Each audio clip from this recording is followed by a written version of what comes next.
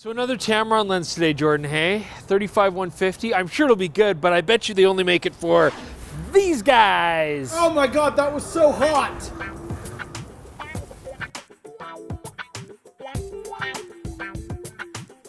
How far do you want me to go with this?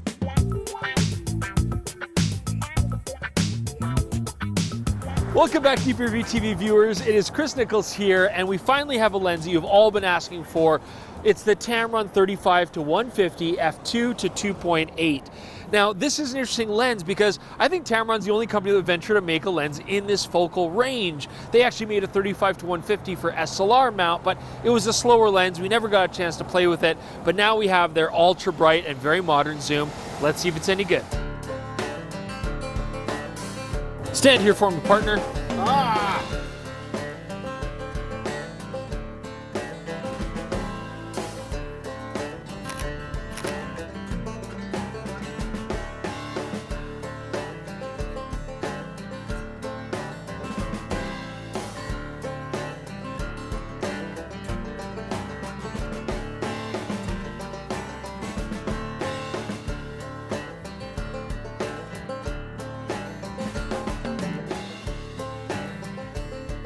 Now, the first thing you notice about the 35-150, yeah, it's a big lens and it's a heavy lens. This is definitely a Zweihander 82mm filter thread mount in the front of it, weather sealed, rugged. I mean, everything feels nice and tight. 1,165 grams, 3/5 of a knock. You know what else happened in the year 1165? Henry II got his ass kicked in the Battle of Croghan when he invaded Wales. You don't fight the Welsh.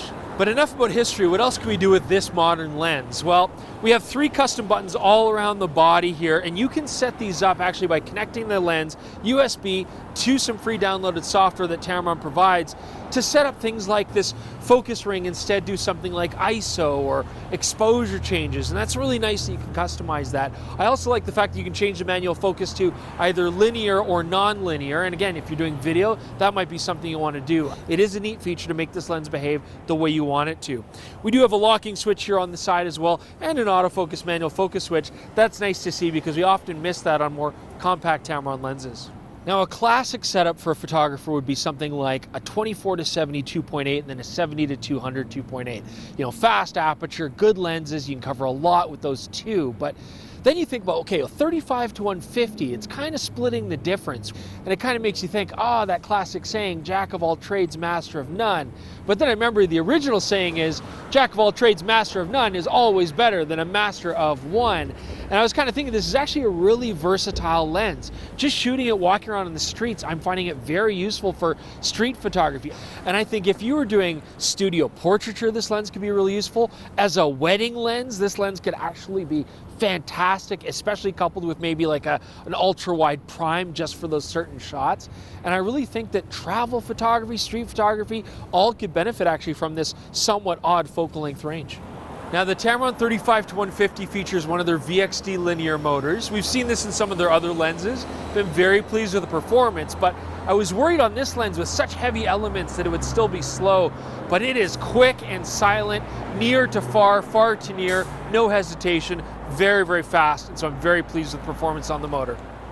Now, as usual, we like to test for Bokeh, that longitudinal chromatic aberration. We're looking for those heavy color fringes in the foreground and background out of focus areas. You see here, we're focused in the middle of the frame. Our background still has nice clean color. Our foreground as well. We're not really getting that strong green magenta split at all, and that's a great thing because it's hard to fix in post. So again, performance here for Bokeh, fantastic.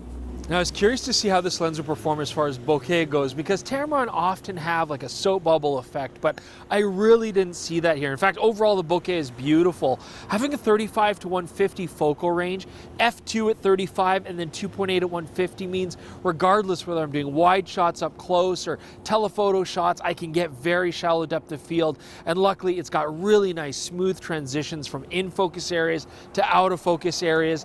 Actually, the bokeh doesn't really have a strong soap bubble effect. It's quite clean, not seeing a lot of onion rings, minimal cat's eye when you're shooting wide open apertures, and once you stop down to about f5, 5.6, it's basically gone. So very impressed with how this lens renders not only out of focus highlights, but also just transitions from in focus to out of focus.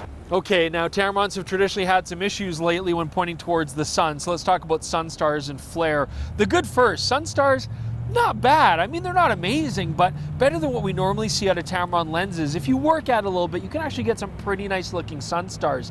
Flare though, I have not seen flare this excessive since, well, our very last review when we looked at the Tamron 35-150mm F2-2.8. I thought that lens had problems, but this has a very complex optical formula, and when you point it at the sun, you get tons of reflections. I mean, it's so bad that it's almost good. Like, you can use it in some situations, I'm sure creatively, but if you find it distracting, I don't know, just only shoot nocturnally, I guess.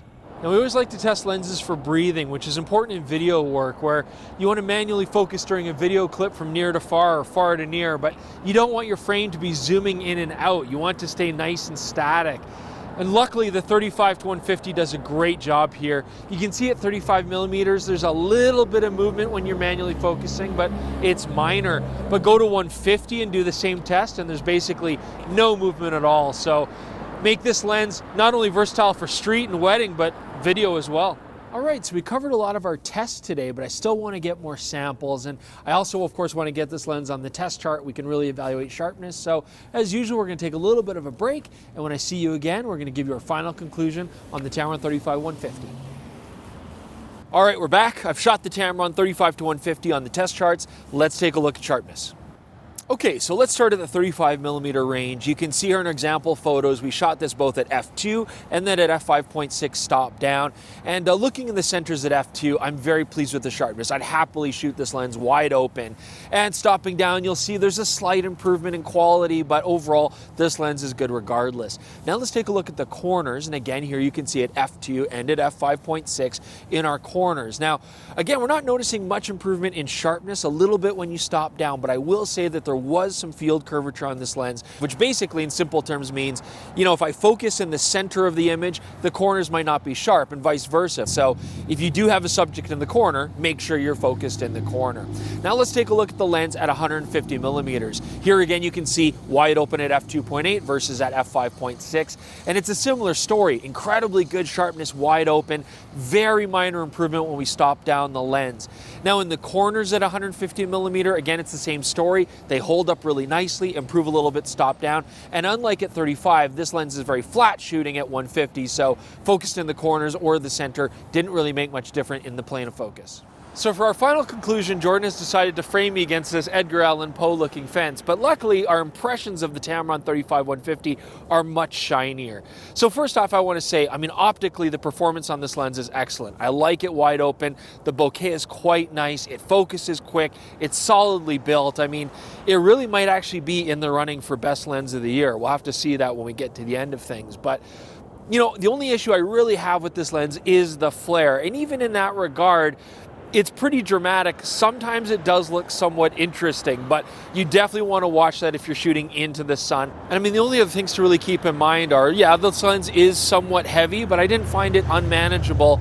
And the lens is expensive, but I want to give a caveat there. It's expensive as far as Tamron lenses have historically gone, but when you look at this compared to other professional wide aperture zooms, it's actually very competitively priced. And I feel that that's appropriate because this is a Tamron lens that easily competes optically with the first-party manufacturer's professional zooms. The only complaint I really have about the Tamron 35-150 is that it's only for Sony E-mount, and I really want to see this come up in a lot of other full-frame mounts because it is that good. But do check out the sample galleries for yourself. Go to dpreview.com, links in the description below. You can download those files and play with them. Otherwise, please like and subscribe to the channel. We always appreciate that. Leave your comments below, and we shall see you again soon for another episode of Deep Review TV.